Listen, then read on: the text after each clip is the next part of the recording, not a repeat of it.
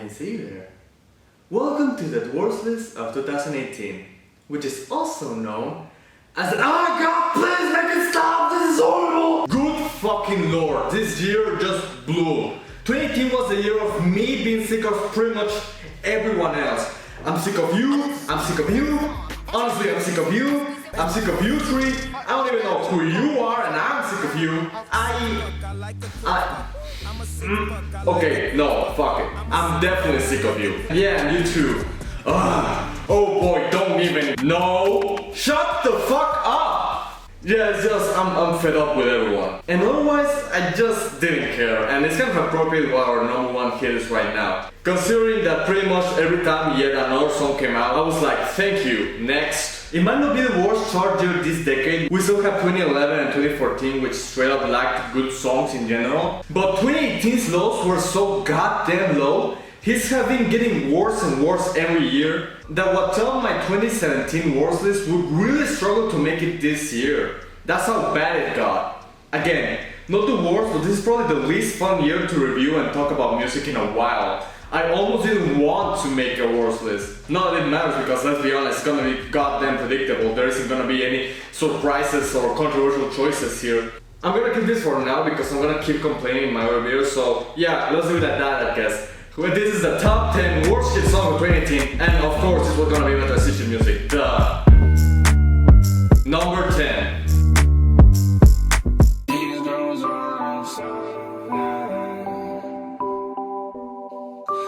I originally was going to put All Girls Are the Same by Juice WRLD at number 2, which is just an awful song. I fucking hate it, but since that didn't make the year list or picked in the top 40, I cannot put it here. So this is a last minute change, and since I couldn't give less of a shit about this song, I just let's get this over with, shall we? I'll make this one as quick as possible because let's be honest, I don't even think the Latin community cares about this one.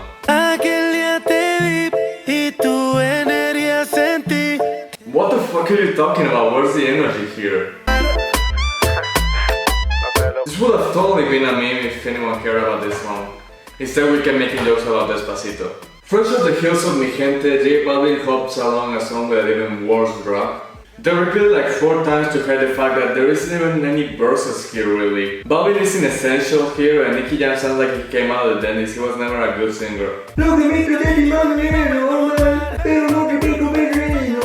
This is one of the biggest examples of a song that only got big solely because of name recognition, although not the first one to appear on this list. By the way, don't ask me, I have no idea why this is called X. It could have been about their ex-girlfriends, but no, it's obviously about some guy stalking some chick at the club. Maybe it's in number 10, which would be fitting for this list, but not much else. And also it's worth noting that it's called X parenthesis X, as in the letter, so it's most likely that they just forgot to give it a title. Just like the movie Project X, by the way. And I wouldn't be surprised since it's just a bunch of structureless nothing, it's so lazy. Can I even elaborate here? I mean, you guys can hear, right? I just like to pretend that this song is about J Balvin's borking and that Nicky Jam is his enabler because that's way more interesting than anything they've ever written.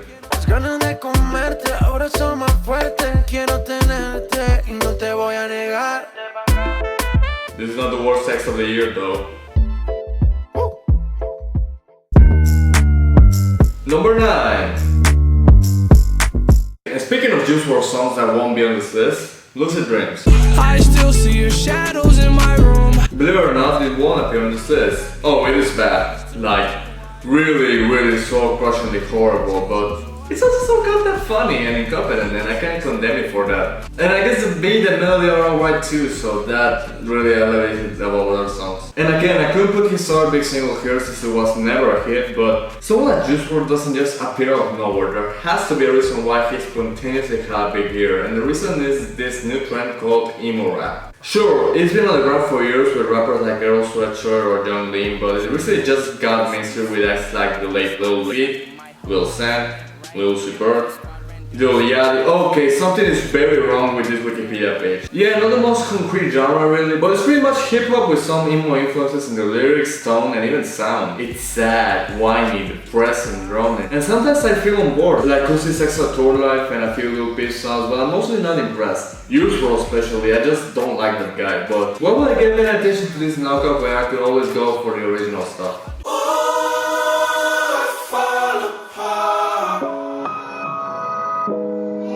You know, I have no idea if Home Alone has improved or not, to be honest. Beavers and Bentley's was way better than Stoney, but by the end of 2017 I was nowhere sick as close as I am right now. He certainly hasn't made a song even close to being better, and congratulations, that song is still incredible. But it was Rockstar, another good song, which really skyrocketed him to star status, and even made some collateral effects on the charts, giving boost to other potential hits like Candy Paint and this. She told me that I'm not enough. 2 years ago I listened to this and thought that it was one of the worst deep cuts I've heard in a long while, and the public interpreted that as, let's make this a hit single then, for no fucking reason guys, you seem in the right album cycle, but fuck it. Thank God I didn't get a music video, that would have been the lamest thing ever. I'm not even gonna mention how you see it, another breakup song, someone no one wants from the White Anderson guy. How he fills it with this cliched and or overdramatic lines like, devil in the form of a fucking whore, or how he goes off topic talking about his hard liquor that he pours. My achy breaky heart was brought to you by Jack Daniels.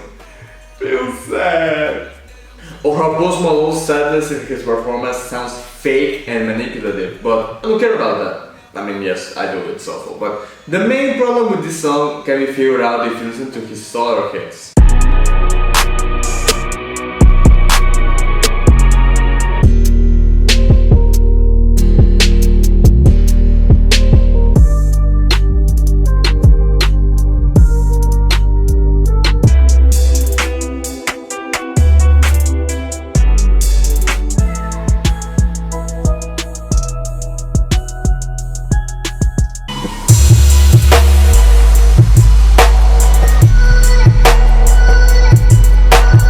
Yeah, like his other hits, the beat is fucking terrible. And it doesn't fit with Post Malone's laid-back style at all. His good hits songs are simple, they have a good melody, good choice of instruments, and aren't overstuffed. And they work wonders. Meanwhile, I Fall Apart does what his style says, and features an overblown bass, a few twinkly pianos scattered around, and a bunch of annoying high-pitched vocal samples. Always a favorite of mine. The lyrics are all pathetic and miserable, yet these sound like something from a fairy tale. It is not the only late 2017 hit to sound like this, but I love had that shit too, and it was so distracting. I know that you're afraid, I'm gonna walk away. It's time to feel and fade. I feel like the Greek fairies from Zelda are gonna appear at any minute to kill me. And yes, I said kill me, not heal me, that's not a typo. This beat is so weak. I mean, a laid back beat wouldn't have worked here because Post is wailing like he's passing a kidney stone, but still, it doesn't work either at all. And before you say, oh, Burnout was also fast-paced, Sunflower also had a lot of stuff going on in the production. First of all, Burnout sucks. A lot. Second of all, Sunflower isn't even a Post Malone song, it's like calling Jackie Chan a Post Malone song, it's wrong. Also, I gotta say, that bridge does not fit either, I keep forgetting that it didn't exist, it probably did too. It may not even be the beat, because even with actual instruments in this live performance, this still sucks. It's the mood, those Post Malone hits are happy, calm, and or focused, but this doesn't know what it wants to be. If I have to point out the good version of this, I wouldn't go to Better Now, I would go to Over Now. My second favorite Post Malone song. The lyrics aren't too different neither, in fact, some of them are probably worse. I'ma put that bitch pussy in a motherfucking body bag, so you know that I'm never ever coming back. But that atmosphere and that mood just, it's threatening and dark and it's fantastic. I should have kept telling him what he said he was a rock star, he totally pulls it off. As to I Fall Apart, guys, if now in the streaming era we're gonna make a song like it, and it has to be for a better reason that it wasn't a big album, it wasn't the top of a playlist, it had a very sad live show. Or some shit like that. We should pick Better Now. And no, not the song Better Now. You get it.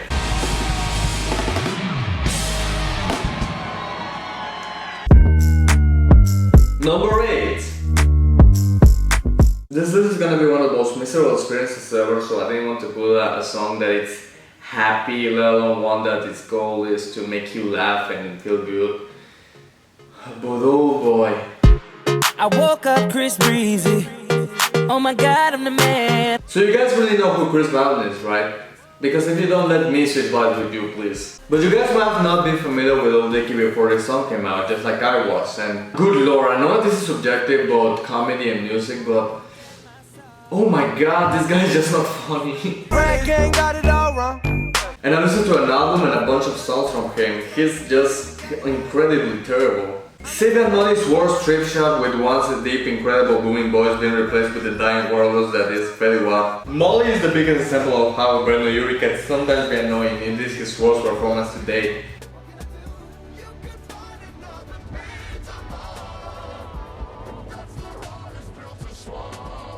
Let me freak just fucking sucks. He's basically the this professional rapper solely because it's pretty much Snoop Dogg telling Dicky how bad he is. Shut the fuck up, raps like life. If you wanna do this, then you won't get far acting like a little bitch. It's also a song where Dicky claims that he's gonna change the rap game by being a funny white Jewish comedy rapper, but what a comedian needs to do is be able to commit to tell jokes when it's necessary. Not only does Dicky not do that when he keeps dismissing his own music just to say, oh, I want to be taken seriously too, even in Freaky Friday he does that. Dude, everybody else in hip-hop is so much cooler than me. Sometimes I really wish I could be somebody else. But also at times he doesn't tell jokes, let alone bad ones. For example, here's his war song, Pillow Talking. I enjoyed myself. Great. Yeah. In this song he wants to have this voice called sexy dirty talk, but he instead creates this really awkwardly long conversation. Now this could have been fun. Saturday Night Live did that recently and it was alright. You're like a little slut, huh? That's so retarded. What? But you see, that sketch had jokes and effort put into it.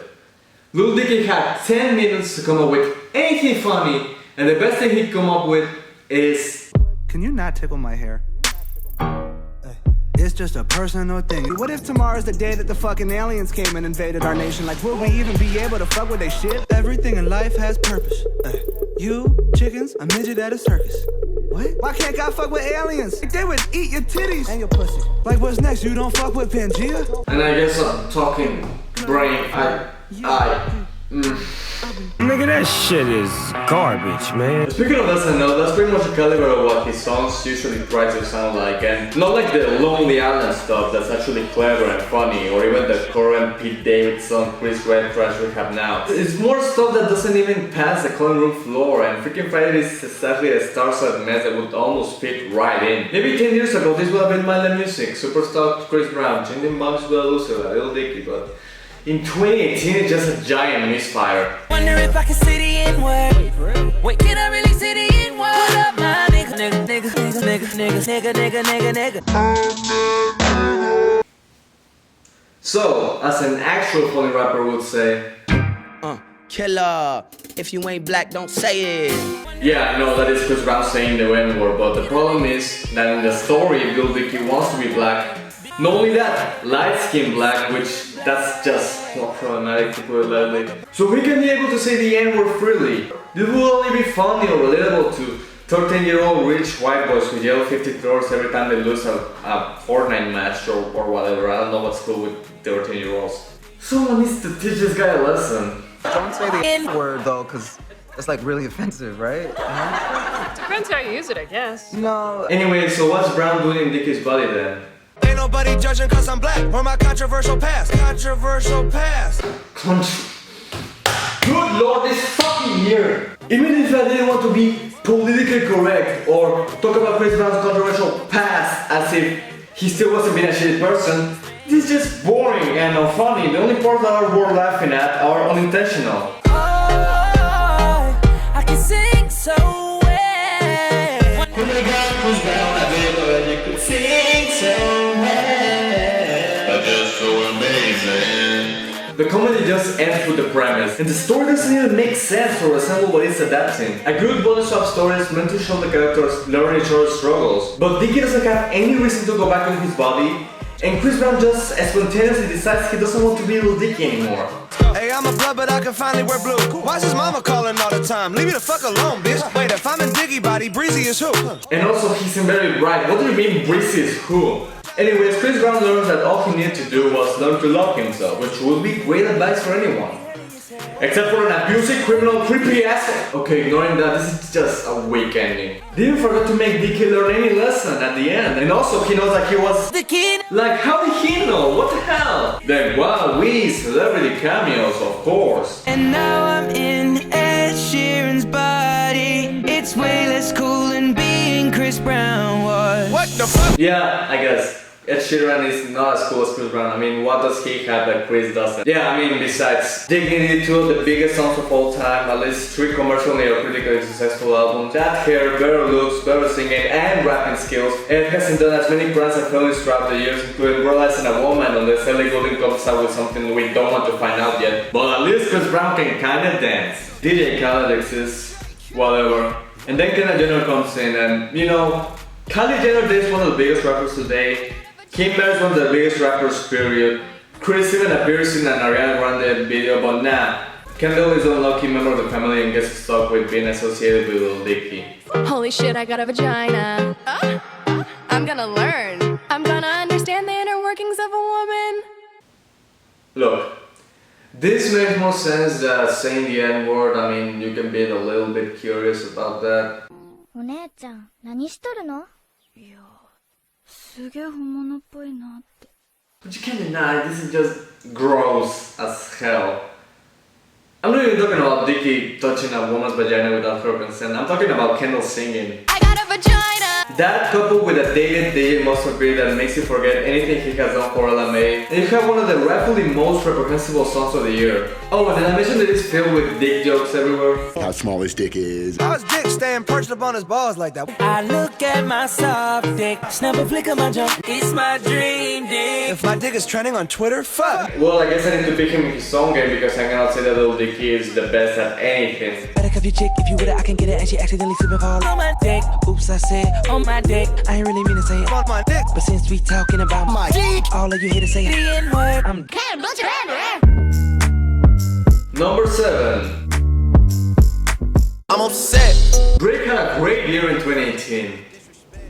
Makes him the only one to do so. Even with an enormous scandal and beef that led him to being revealed as a terrible absentee father, he still had his most successful time yet. He keeps getting bigger and bigger and sadly also worse and worse, with Scorpion being somehow a quality all-time low for Aubrey. Not that he would care, seeing that he has a billion hit songs on the Hot 100. Someone could record him sneezing by accident and he would still probably chart in the top 40. And a much better year probably had more space for more reasons, but I guess we'll have to sell on the one. The dash is digi, the schedule busy, my head in a hoodie, my shorty a goodie. I'll get this out of the way first. Drake's verse is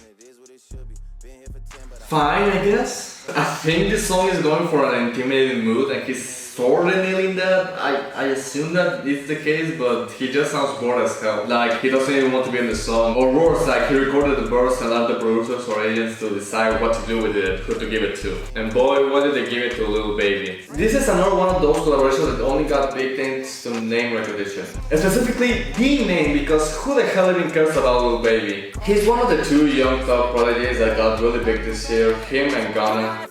No, that's NBA Jungle. No, that's Northport. Guys, that's Playboy. I have no idea who this guy is. Not him. Also not him, that's like the same guy. There we go.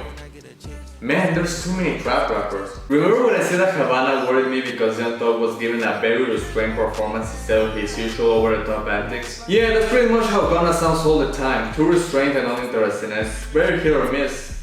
Meanwhile, Baby... Look, I'm sorry, because half of the more rappers and the ones I like can be described as such, but really, he's just fucking annoying. He sounds nasal, amateurish, and whiny. These two only serve to represent the irritating side and the boring side of Young Thug, respectively, and somehow being more successful than he ever was as a lead artist. My favorite Steven Universe episode is the one where they reveal that Young Thug was actually just Ghana and Lil Baby fused together the whole time. Have you realized that I've barely talked about the song because who gives a shit, honestly?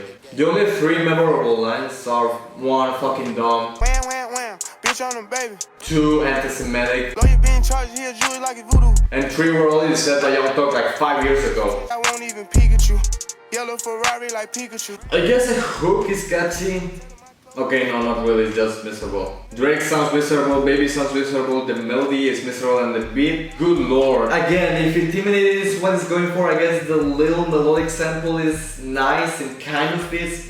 If you could fucking hear it, that is. But no, it's really muted and quiet. Meanwhile, the percussion is so loud that it's ear-piercing and overtakes everything else. The mixing here is horrible. If I was liking this song based on how useless they are, this would be my number one. It's so short, only 2 minutes, even though sometimes it feels like 20, and it's also so forgettable and I really have no clue what's the mood here. I keep saying intimidating because of Drake and the beat, but really the lyrics are not threatening at all. And Baby sounds so inept, he couldn't be possibly aiming for that. And again,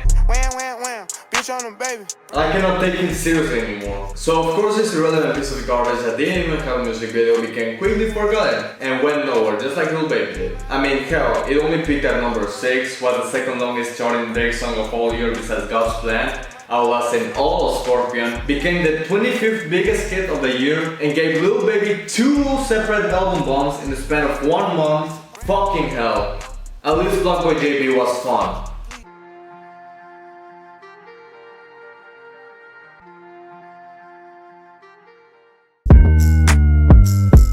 Number 6.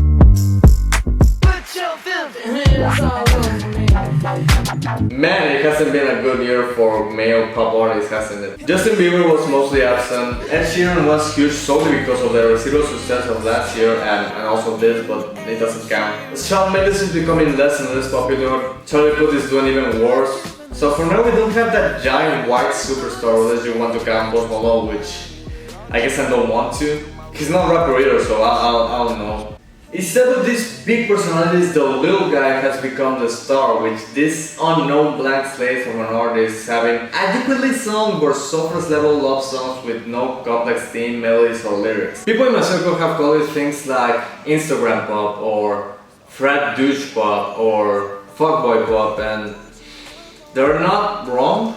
They were Bassie's 2 hits, one propelled by a meme, another by a big feature. There's I Like Me Better, which the bigger it got, the less it mattered somehow. There was this shit. You're the next Drew Barry, and I want more. And he isn't even white, he doesn't even fit, what the fuck. But there was one artist in that genre that tried to push the boundaries and make a sound so captivating that it just blew my mind on first listen.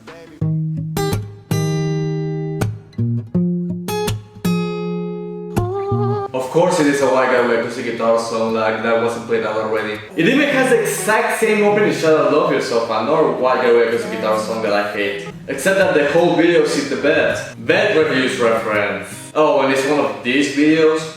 You know, we had the opening for Up for almost a decade now. Growing old montages do absolutely nothing for me anymore. That other song, I Like Me Better, had basically that too. I know where you're gonna go. When your legs don't work like they used to before, And I can't sweep you off of your feet.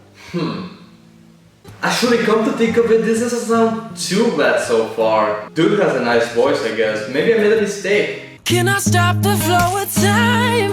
Or can I swim in your divine? Oh my god. Turn the lights down low.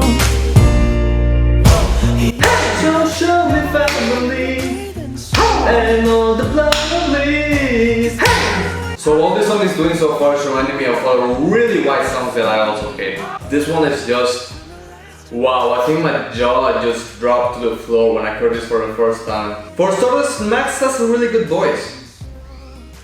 He does. He doesn't know how to use it at all though. Like, I want to believe that he's a good singer, he sounds better than Shawn Mendes and Charlie Puth did a few years ago. But my god, he just sounds fucking awful here. I almost want to apologize to James Arthur. Almost. Okay, no, fuck that guy. Max isn't much better though. Also something about Arthur, he has presence. The presence of a serial killer probably, but some presence. Max is just a vacuum of charisma, and just like a vacuum, he malfunctions and starts blowing out these high-pitched whooshes of air like crazy. He overuses the hell out of his falsetto, and it does not work, especially that bridge, good lord.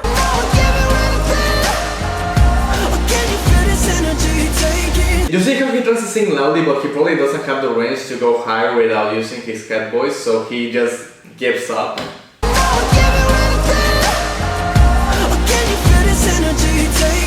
I know this might look like a lost cause, but I'll have to look up the live version. Maybe he performs it better.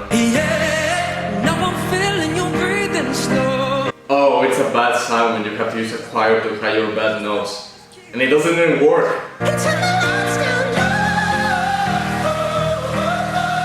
Maybe this isn't the right one. Oh, a harp! The instrument that covers up your singing the least. This is perfect.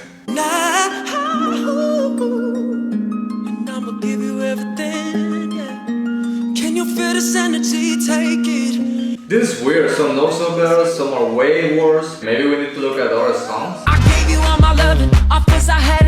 This was his biggest one before Lights Down Low.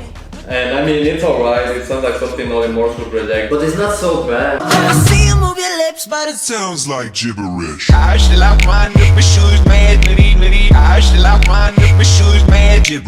Alright, anything else? But she don't give a nah, see this one is oh, that got she This is probably the worst song I've ever heard. If it wasn't for Lucifer at least, and yeah, imagine that. Saved by 2015, you Lucifer. That is an actual sentence that someone has to use to describe something. Wait, why are there so many covers in this official YouTube page? What's going on? Oh, he's a YouTuber singer, of course. That explains it. Those guys over-sing the fuck out of everything. Yeah, a bunch of covers and medleys, a few of them with, weird enough, a few victorious cast members. But obviously not the one that actually got huge. This is still kind of odd that he got them like... Oh!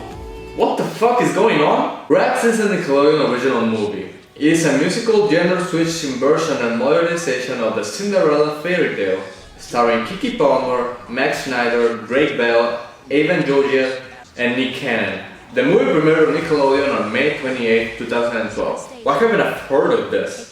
Oh, there it is. Matt Schneider as Charlie Prince, Cinderella. I'm so fucking done. I should probably make the secret of Matt Schneider because I'm getting off track here. So Matt Schneider, not the song of Dan Schneider, was in a Nickelodeon movie. Then he started posting covers on the YouTube channel of Cor Schneider, not his brother either. Then some garbage happened and at the end we're here. And believe it or not, I think I kind of succeeded in my little quest here. Even his awful songs, he had this transmitted that gave him personality, but here he was so bland and dull. And I just now realized that I haven't even gone into the Nash verse. Moonlight, moonlights, moves like J-Lo. Moves like J-Lo. Someone get me out of here. So yeah, these are the white rappers we have now. Remember that I Hate You, I Love You tweet? Well, he's back and once I was alright with that song, I don't know why, but that song was a breakup song, and this song is a love song. Yeah, he has the exact same boring, weak tone in both of them. He looks and sounds like that guy that wants to be really cool and intimidating, but he's too shy to even speak up. Just the fact that this is just another corny, bland, basic, white, acoustic guitar stomping love ballad should probably keep it off this list, but truth be told, it just fucking terrifies me. I'm gonna have that falsetto in my nightmares, I'll tell you that much.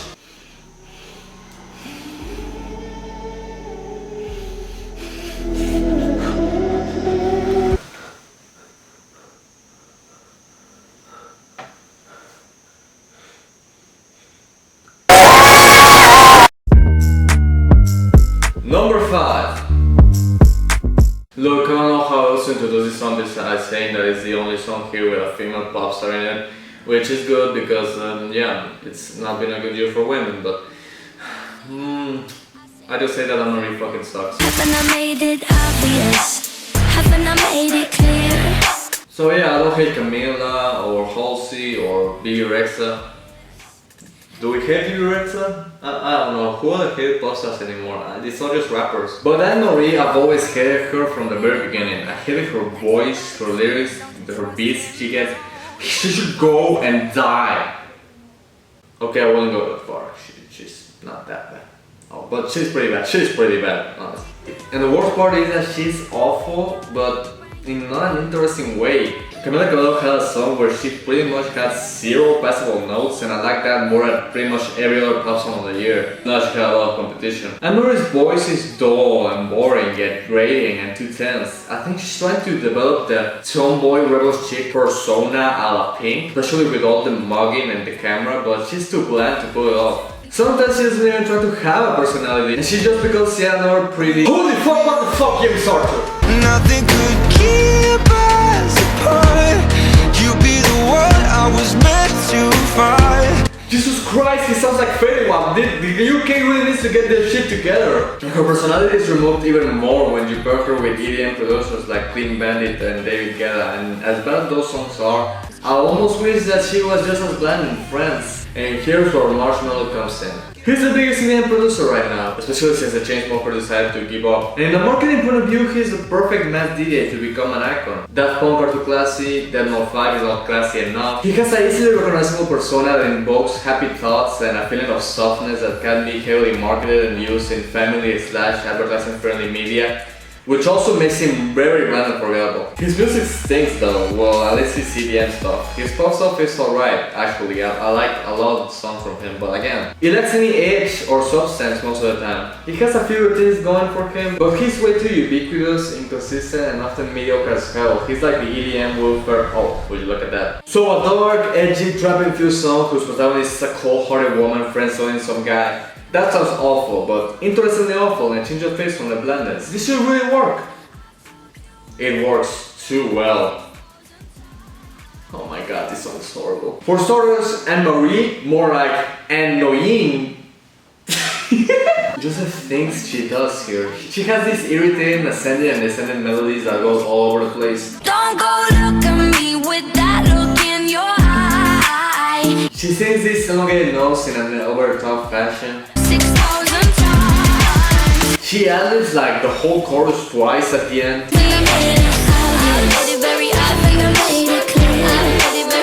And her hook is just weird.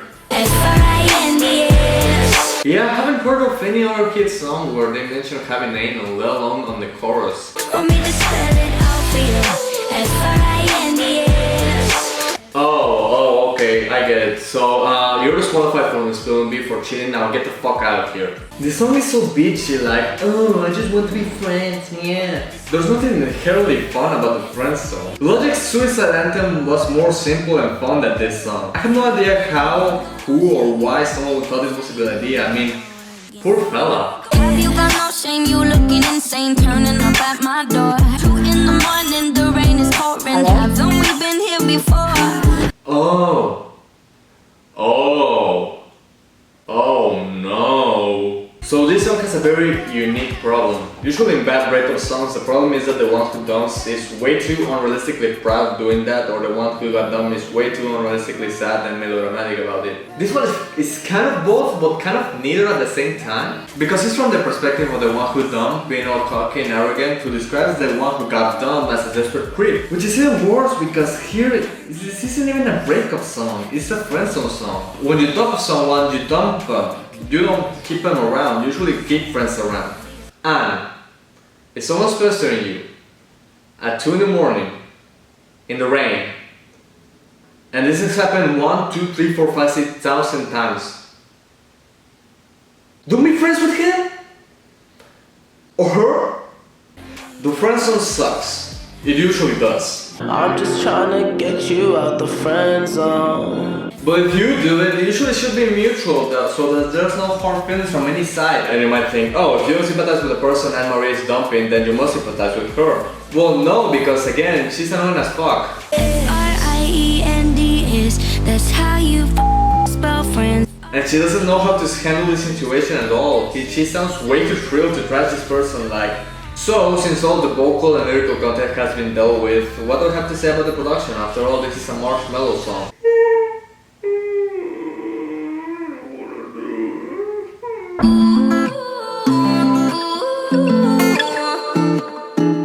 That guitar, which is the best part of the song, by default. Marshmello didn't make that, he sampled it.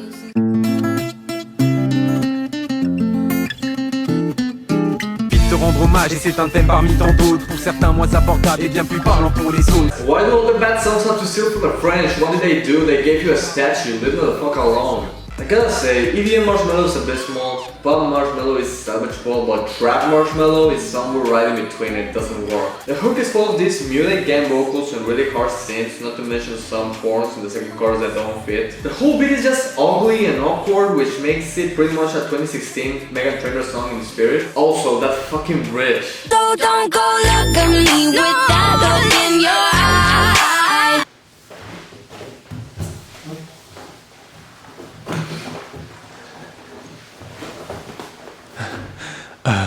Is this Sophie? Actually, it's not even that. I mean, it's just, what the hell are those fart noises in the back? You really ain't going nowhere without a fight. I just noticed that. This song was a terrible idea with even worse execution. Marshmallow, A-N-E-E, Marie, you guys sure S-U-C-K. F-U-C-K.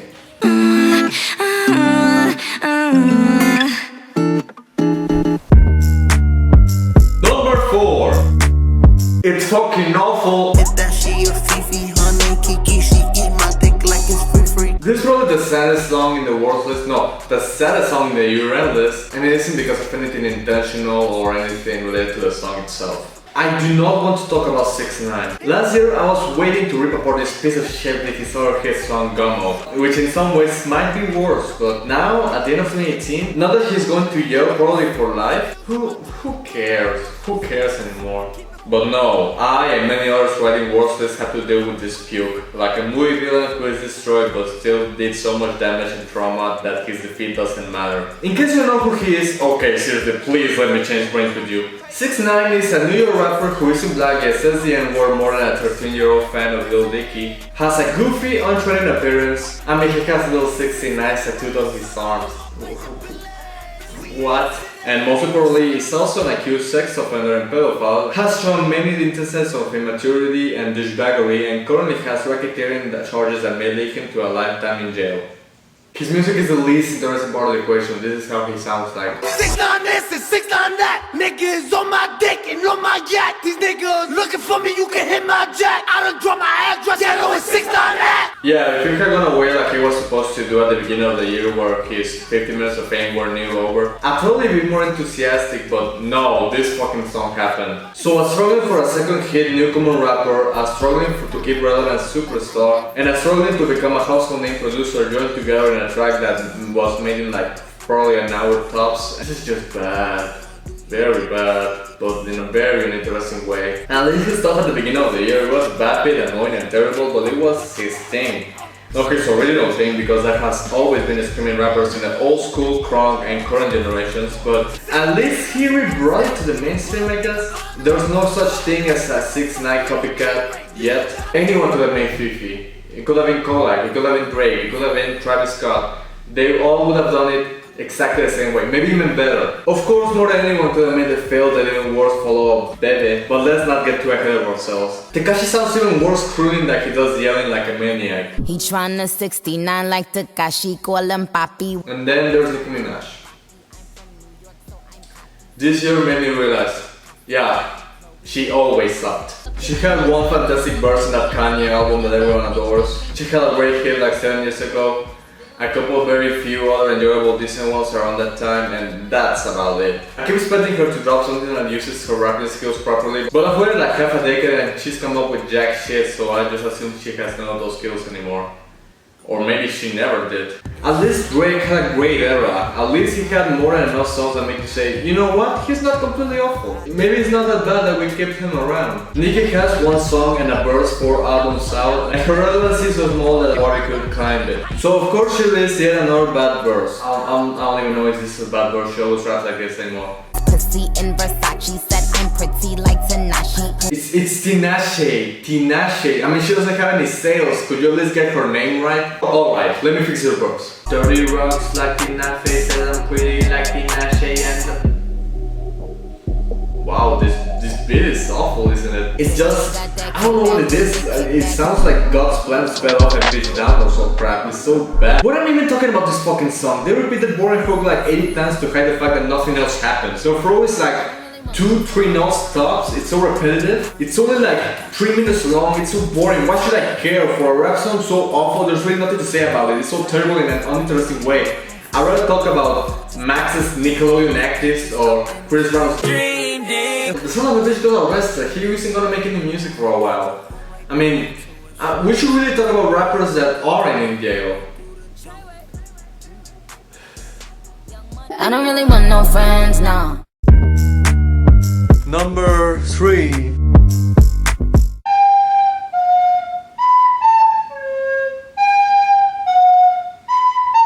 I can eat rolling pin, why? Everybody notice me, yeah. So far this has been the most common technically not hit, but to be honest it is a hit pick on any of this list. I was also planning to put this here ever since early 2018 where I got a video and rose to the top 40 allowing it to be on this list. But the funny thing is, I think that this is my favorite song on the list. Let me explain. You see, on an objective technical point of view, hell no. In a subjective point of view, this song is god awful. I hate it. I hate all of it. I hate the miserable woodwind beat that sounds like death. I feel like if life had a game over screen, every time you died, this would play.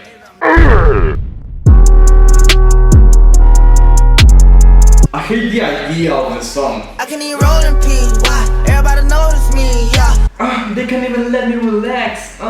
Fuck, it's not like I might have raped a woman. We're going through tragedy. Oh, it was tragic that I had the police going after me out there with the devil of a whore that Posty had. The whole pre-chorus is called as being a dick to some woman for no reason. Like, what the hell did she even do for you to be nagging at her? You the one for me, baby. You ain't got shit I need, bitch. Maybe she doesn't want to be your bitch, especially with all your bragging and blaming and ugly whining. To take my time with you, or maybe I'm not your speed, bitch. Pull that down like to see you winning. I feel like you'll be the one who will be slow at sex. You don't even believe in Jesus. Why you got a Jesus piece? You believe in Jesus that you raped that fucking woman? Okay, I need to back up a little. Here's the thing about Poets Black's music. It is easily ignorable and easy to avoid. Tunnel Vision came in my mind as soon as 2017 was over. I don't even remember how it goes really. And he has a huge song right now, I mean really huge, it peaked at number 2. And it has a funny music video that you might have not even noticed came out. I really like that song and I don't even remember how it goes. However, remember when I said it was locked since the beginning of the year? Well, not much has changed since I haven't been able to get this song in my fucking head since fucking January. That flow is so goddamn catchy. Tunnel Vision was lethargic and boring. Rolling Piece keeps going and going. I cannot hum like most of the songs on this list, yet this melody is such a fucking earworm. I feel like I'm going crazy. This melody, this play has even extended to other songs. I cannot listen to other songs without thinking of this song.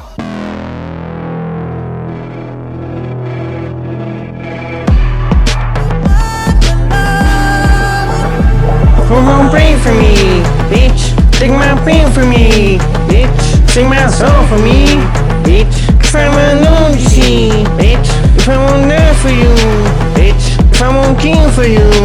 So I needed you drastically, yeah. I'ma just switch my flow up, yeah. I even love how in the middle of his first verse he switches flows while saying that he's switching flows. I feel like in another life I would have adored this song. I would have decided to get fit and play football instead of making a YouTube channel and would openly dance to this type of songs at parties where I drank and fucked all night. But in this life where I'm a huge fucking nerd, why do I hate this? Why is it on this list? Maybe I'm tired of rappers not respecting women both in and out of songs. Maybe I'm tired of terrible people getting scot-free because they made a somewhat catchy tune.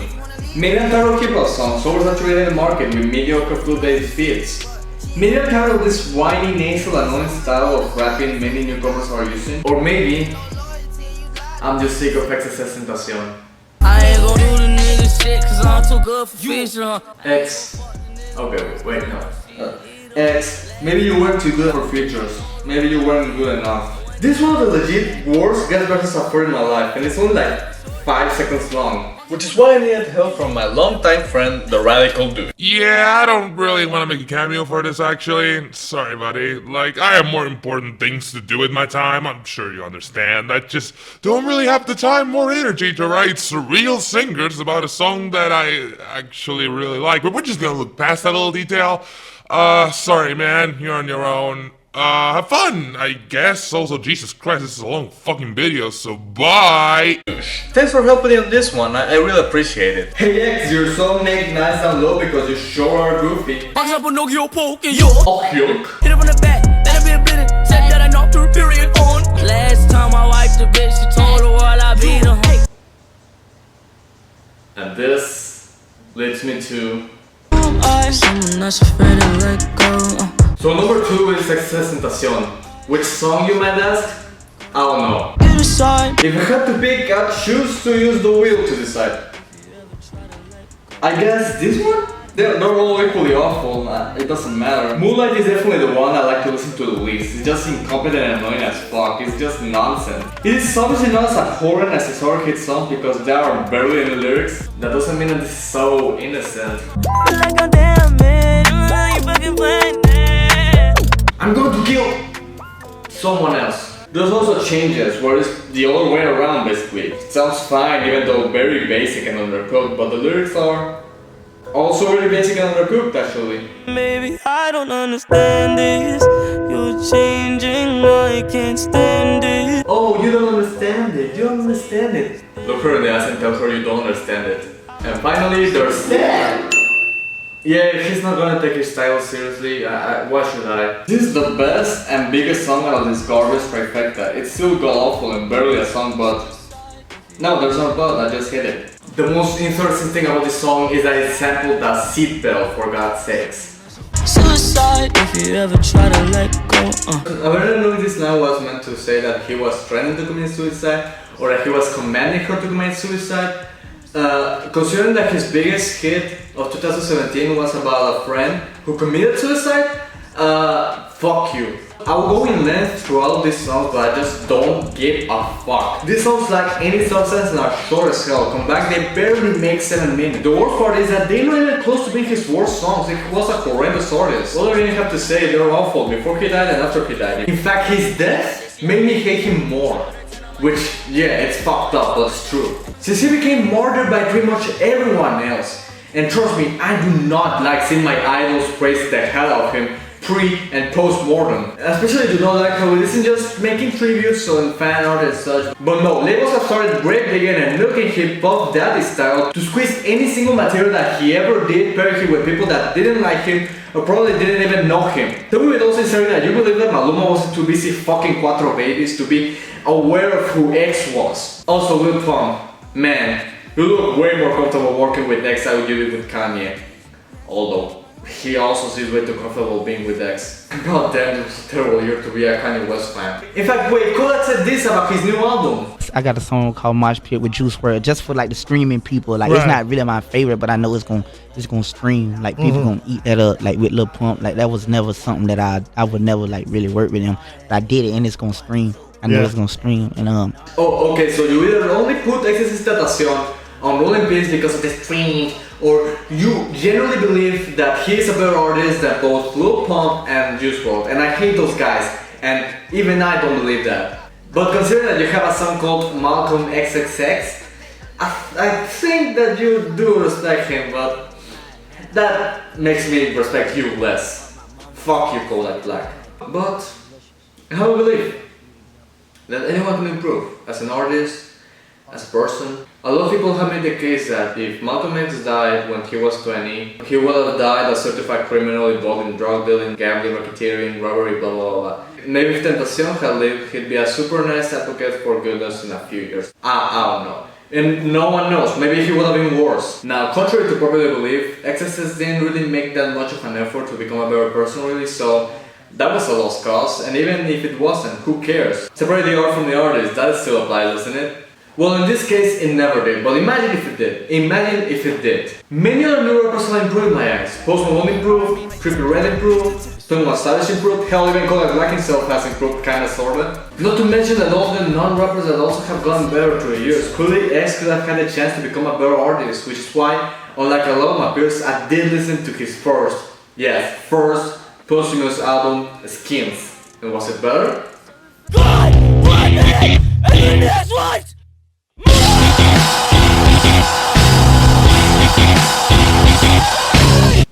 Yes! I don't know.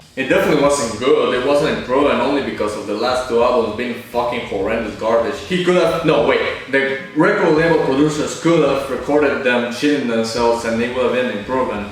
Instead of fragments of songs, he never was able to complete when he was alive, and yet still somehow his most cohesive complete album. So with this an improvement, but in the most embarrassing way possible. That kinda says a lot about his artistic vision. He could have been yet another generic trap rapper, he was just semi-tolerable when he did that, and he would have been easily ignored, which would have been the best for him and everyone else, but no. He decided to make his crimes the focus of his music and twist it so that he was somehow the victim.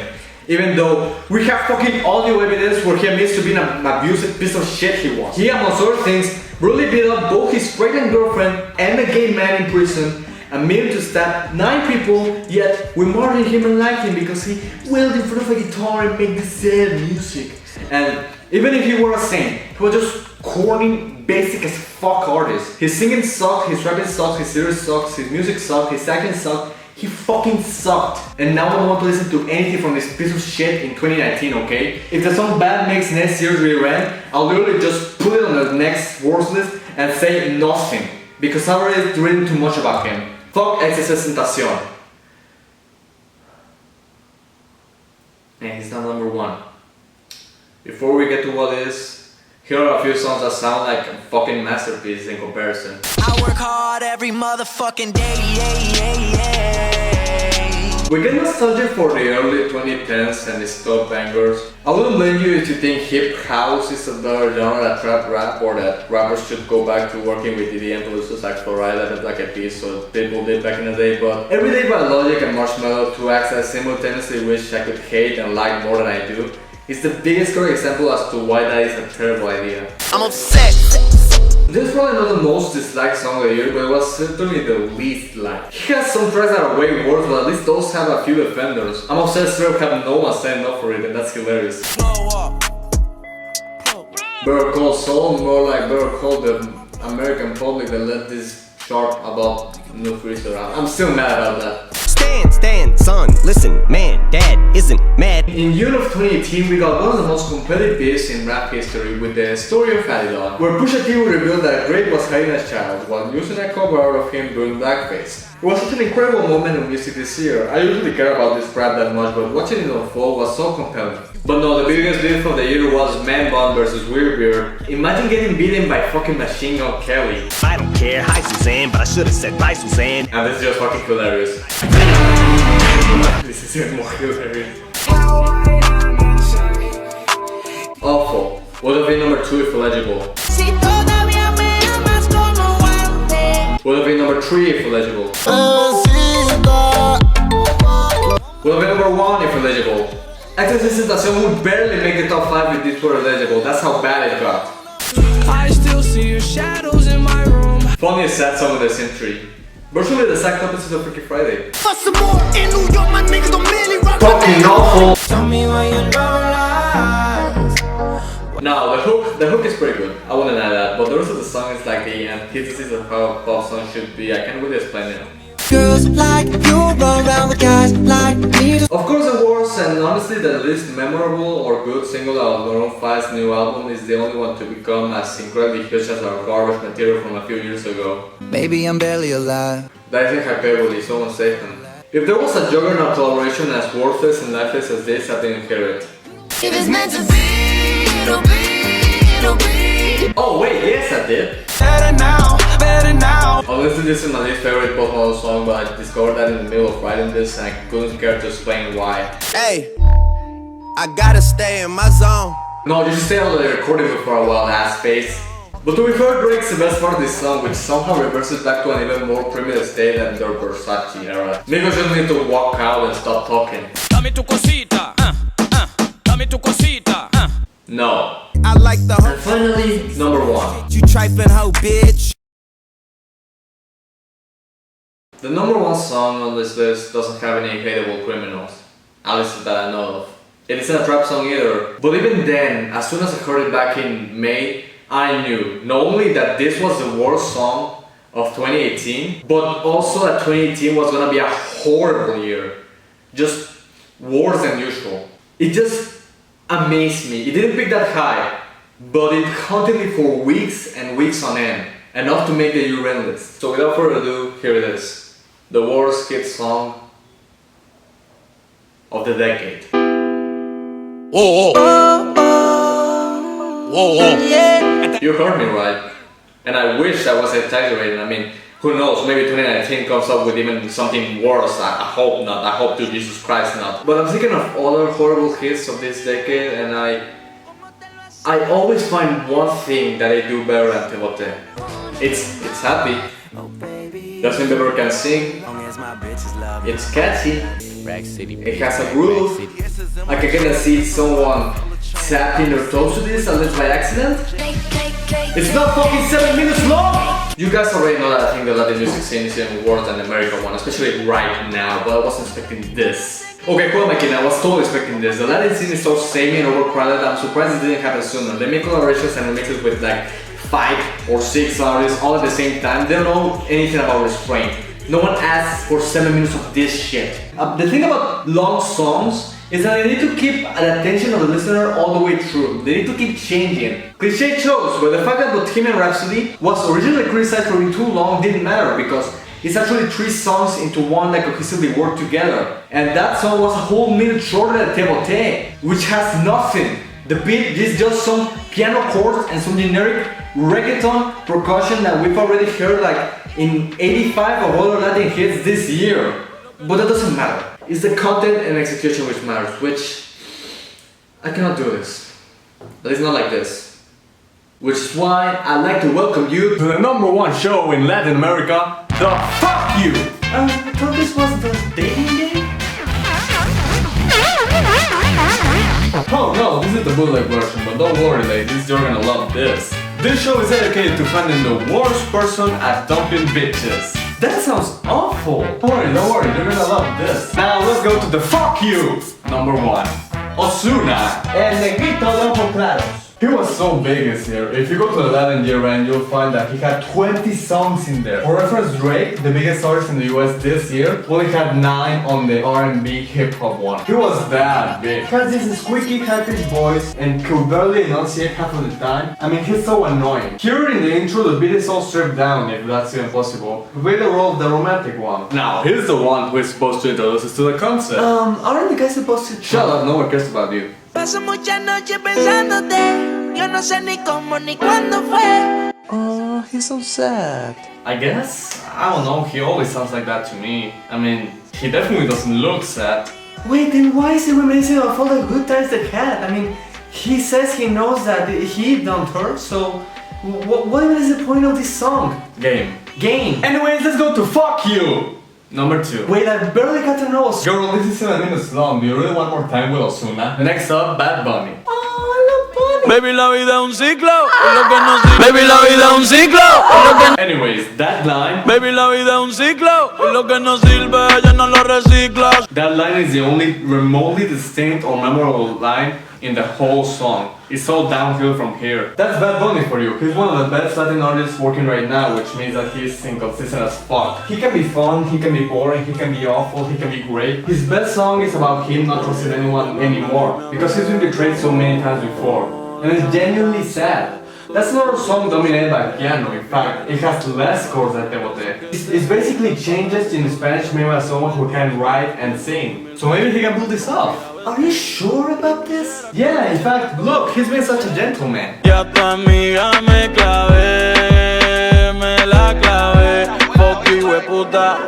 Fuck. Okay, moving on. Fuck you! #3, Darrell. Baby, yo te boté. Who the fuck is that? I don't know, you tell me. Como el mundo se te fue al revés, yo con ella en RD. What the fuck? Me va a tocar el fondo, mami respira hondo mientras te lo escondo. What is he talking about? I have no idea and I speak the language. Mami, porque servicio te lo cancelé. So like Netflix, what even is the point of your burst? Te lo juro por Dios que por Dios no se jura. I want a refund. I want a raise. Is this like the opposite of auto-tune? Like a machine must have worked specifically to make his voice worse. Remember when I said that the beat in Rolling Peace was death? This would be his vocal equivalent.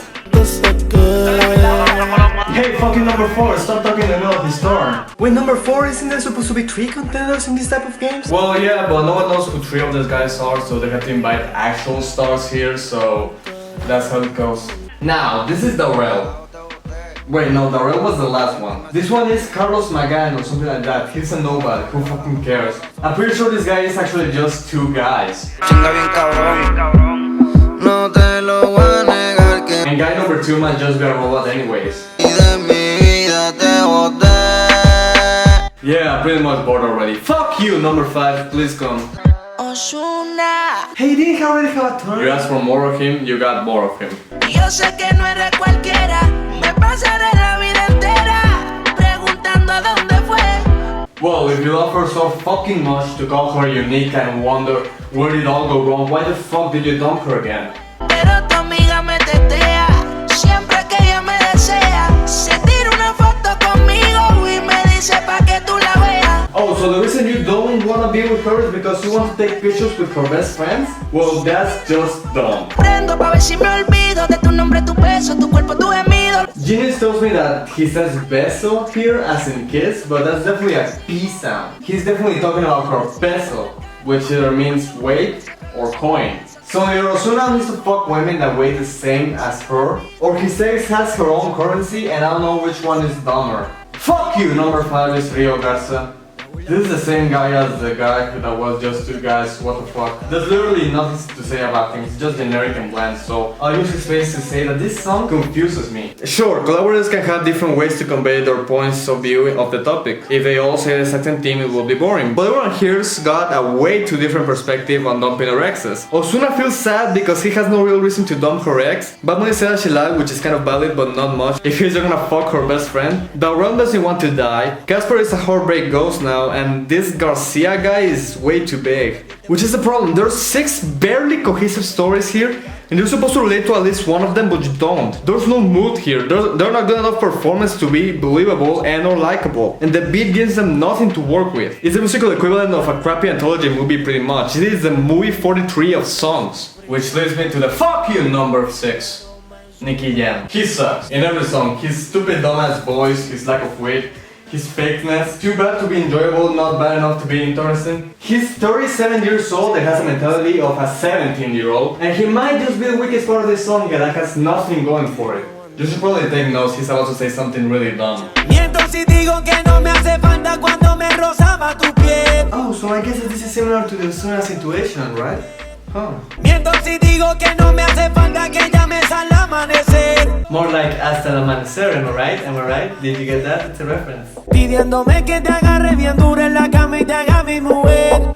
Gross. Aprovecho el ritmo como su para mandarte pa'l carajo también. That led nowhere. This fucking song is nowhere! These verses are so short and pointless that I feel like I've barely learned anything about these assholes besides the fact that they're assholes. Besides a full last minute dedicated to shouting their names like idiots, how the hell did it manage to make this 7 minutes long? Because you see, we haven't gotten to the hook.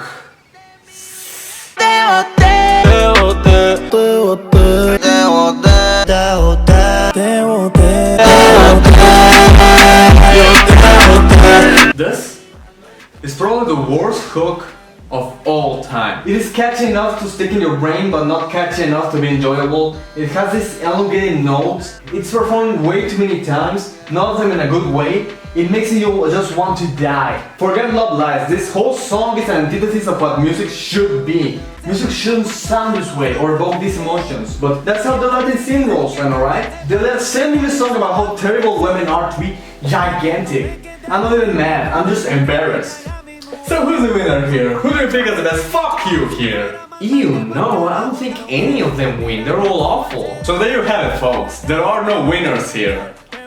There are no winners here. There are no winners here. There are no winners here. And of course, as of December 2018, Tebote Remix is the most viewed music video of the year. 6.5 million people said this was okay, I like this. They went out of the way to like the button. And this is not counting the people who don't use YouTube. Yeah, Despacito is the one that we hate because it has Justin Bieber in it. Reality is sometimes disappointing. Can someone just come here and snap me in half, please?